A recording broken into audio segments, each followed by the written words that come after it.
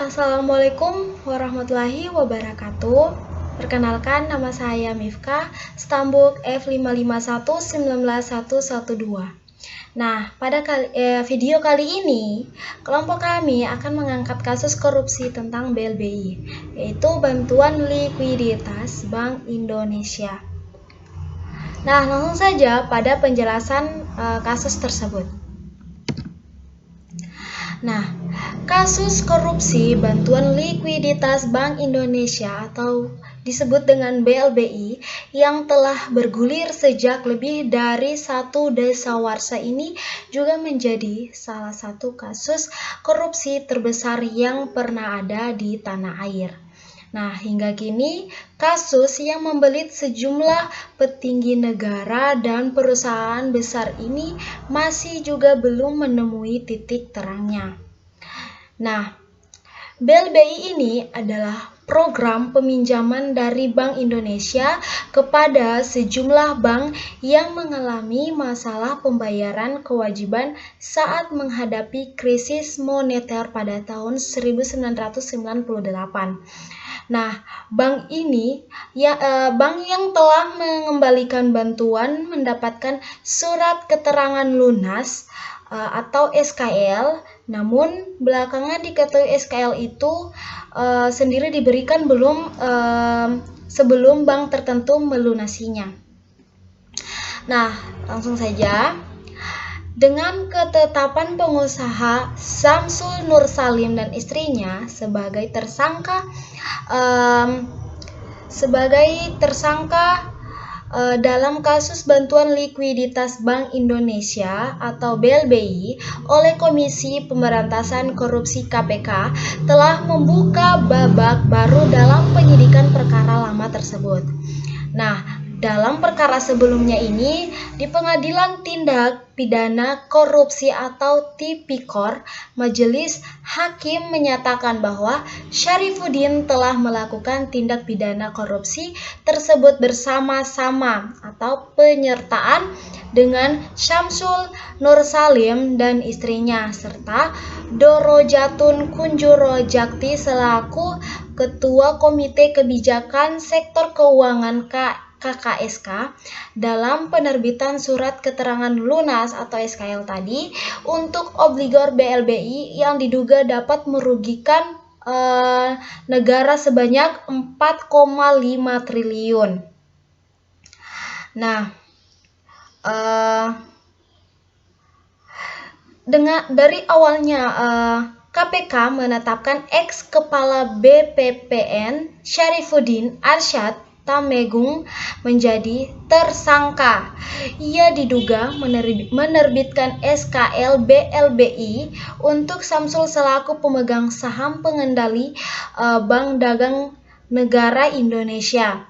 Nah, Syarifuddin dihukum selama 15 tahun di pengadilan tingkat banding. Namun, Mahkamah Agung melepasnya di tingkat kasasi. Nah, dengan KPK sempat mengajukan peninjauan kembali vonis lepas Syarifuddin ke MA pada 17 Desember 2019, namun MA atau Mahkamah Agung menolak upaya hukum luar biasa tersebut pada Juli 2020. Wakil Ketua KPK Alexander Marwata mengatakan KPK meminta pendapat dari ahli hukum pidana. Mereka juga menyatakan bahwa tidak ada upaya hukum lain yang dapat ditempuh oleh KPK atas vonis lepas Syarifuddin. Maka itu KPK memutuskan untuk menghentikan penyidikan yaitu kasus BLBI atas nama SN dan ISN tersebut. Nah, itu saja penjelasan yang dapat saya sampaikan. Penjelasan kasus tersebut akan dilanjutkan oleh teman saya. Sekian dan terima kasih. Assalamualaikum warahmatullahi wabarakatuh. Nama saya Muhammad Wafi Abdillah, Stambuk F55119117. Kali ini saya akan melanjutkan penjelasan tentang kasus korupsi BLBI atau bantuan likuiditas Bank Indonesia.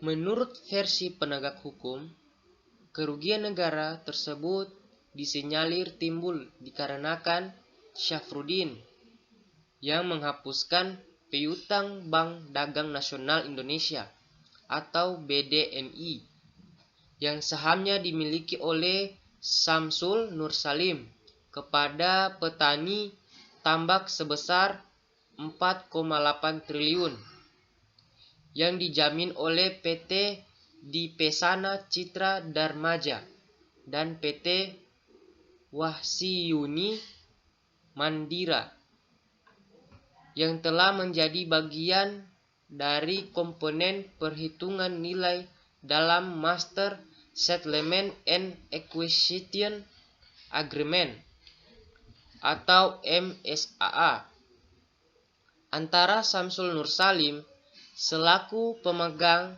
saham BDNI dan BPPN yang mewakili pemerintah.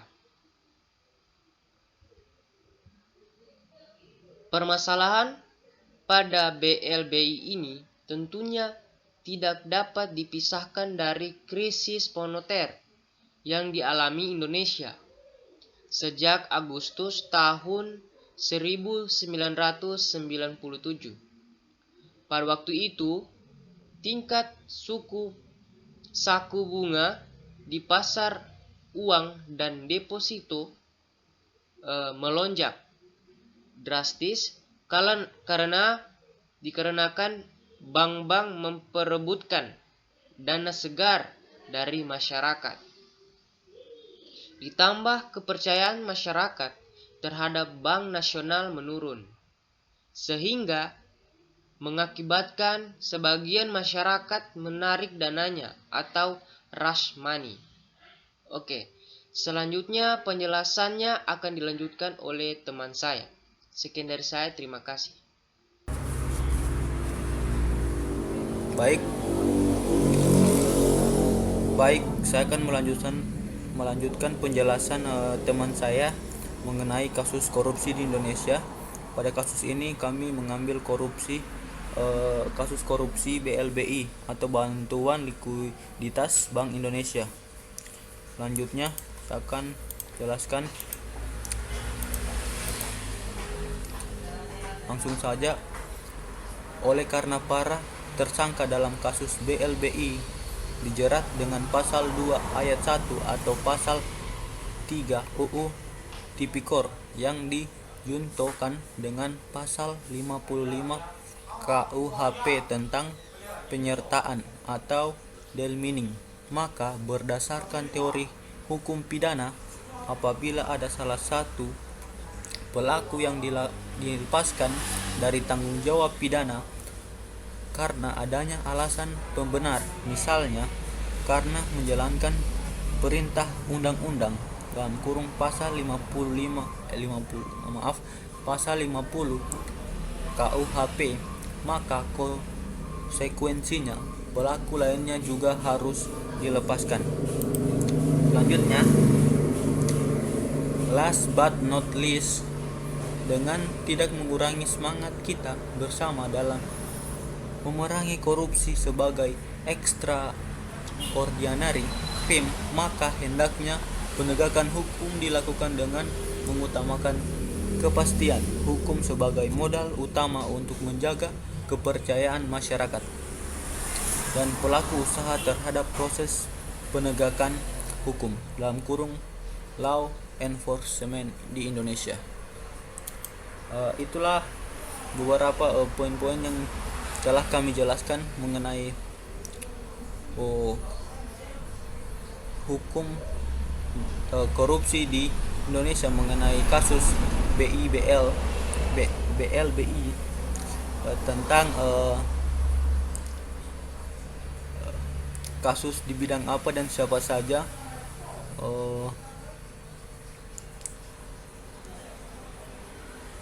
nilai dan prinsip apa yang mereka langgar, dan upaya pemerintah untuk membasmi korupsi di Indonesia. Selanjutnya saya akan membahas kesimpulan tentang dampak korupsi Indonesia. Pemberantasan korupsi di Indonesia telah dilakukan dengan berbagai pembaharuan hukum dan telah pula diimplementasikan oleh para penegak hukum dalam kurung polisi, jaksa, hakim, dan advokat. Namun, upaya pemberantasan tindak pidana korupsi melalui pemberantasan hukum pidana tersebut belum menyelesaikan atau belum membuat para koruptor menjadi jerah. Pada prinsipnya, pemanfaatan hukum perdana baik litigasi maupun non-litigasi atau negosiasi atau mediasi dalam penyelesaian tindak pidana korupsi BLBI dapat dilakukan dalam rangka pengembalian, pemulihan, dan perampasan. Ahmad, kajian kasus BLBI, penggesaran hukum publik 609, aset negara yang dicuri oleh para koruptor baik berada di Indonesia maupun yang berada di luar negeri atau yang ditransfer ke luar negeri.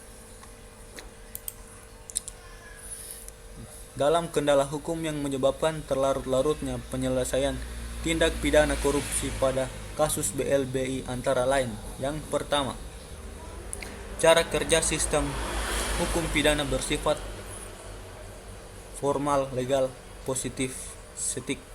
Yang kedua, sulit pembuktiannya. Yang ketiga, belum adanya kerjasama perjanjian ekstradisi dengan semua negara tempat aset berada. Yang keempat, belum diterapkannya pembuktian terbalik secara penuh. Yang kelima, koruptor dan barangnya dibawa atau ditransferkan ke luar negeri. Yang keenam, adanya perbedaan sistem hukum antara Indonesia dengan negara lainnya sehingga dapat menimbulkan perselisihan penerapan hukumnya. Yang ketujuh, adanya kegunaan dari oligator BLBI pengembalian pinjaman karena tetap diancam secara pidana dengan pasal UU PTPK. Itulah penjelasan mengenai kasus korupsi besar di Indonesia dengan kasus BLBI, bantuan likuidasi Bank Indonesia yang telah kami bahas. Sekian dari kami. Wassalamualaikum warahmatullahi wabarakatuh.